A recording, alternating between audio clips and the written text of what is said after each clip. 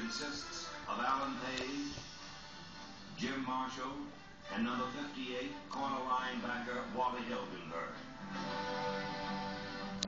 Guard Gene Upshaw pushed Page to the inside.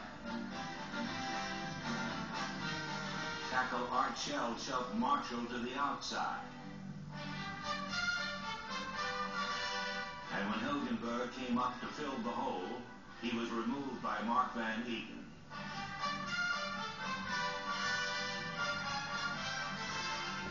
Clarence Davis, number 28, gained 137 yards in this Super Bowl. 105 of them came on variations of this play.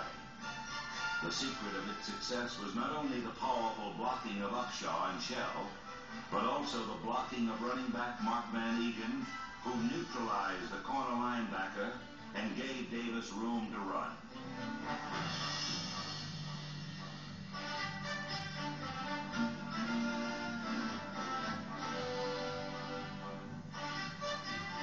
Hilgenberg has been a linebacker in the NFL for 13 years.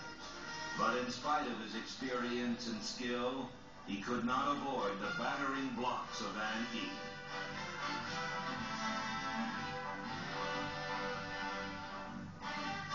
During the regular season, Van Eaton had gained twice as much yardage as Davis, but in this Super Bowl, he was more valuable to his team as a blocker.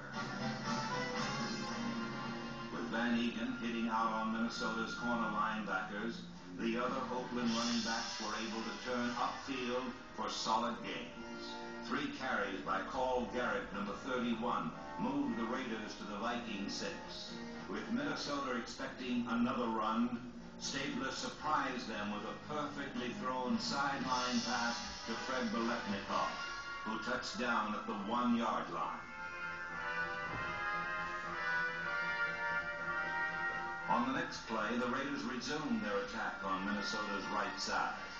But instead of plowing through it, they sailed over it on an easy pass from Ken Stabler to Dave Casper.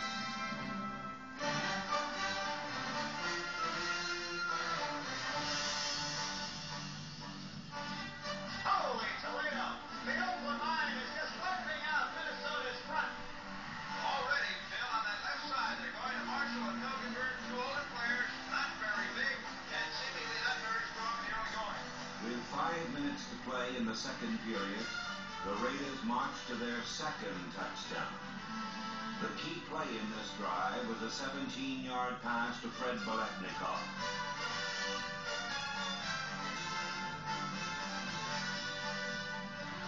Brilliant work of right by the master of his position, Fred Biletnikoff, first and goal on the half-yard line. Here's the power formation right side. Hand off to Banaszak. He powers over.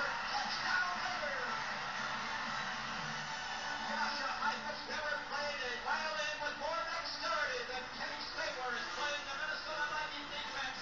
This afternoon in the Rose Bowl Stadium of Pasadena. The Raiders' domination of the first half was reflected not only in the score, but also in the man-to-man matchups that, as much as any one thing, often decide the outcome of a game.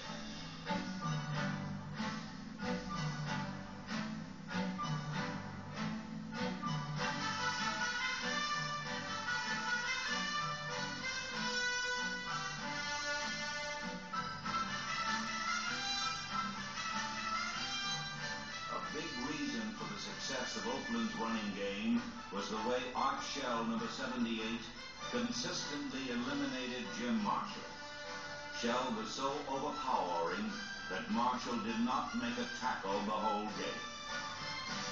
Center Dave Dalby engaged middle linebacker Jeff Seaman, number 50, in another matchup that often ended in Oakland's favor.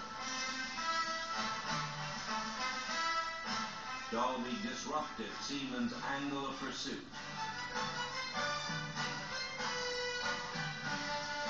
Then shoved him into the backwash of Oakland's turning ground attack.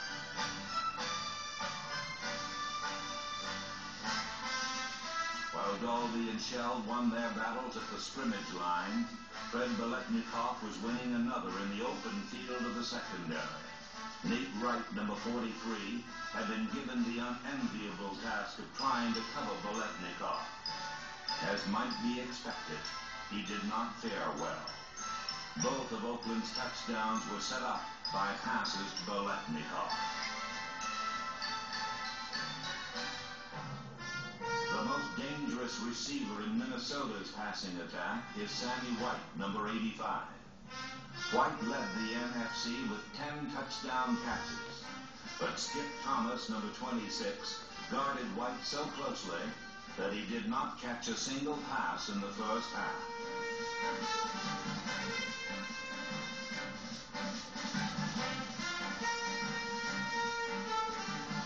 The Raiders used not one man, but 11 to stop Minnesota's mighty running back Chuck Foreman, number 44. Viking fans had hoped to see some of the magic Foreman had displayed all season when he led Minnesota in rushing, receiving, and touchdowns.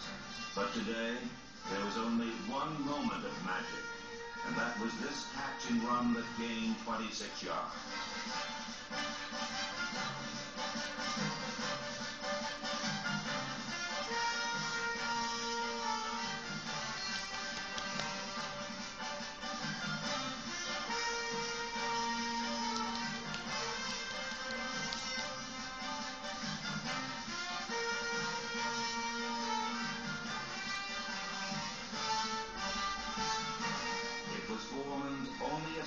From the clutches of John Madden's determined defenders, who permitted him only 42 yards rushing for the entire game.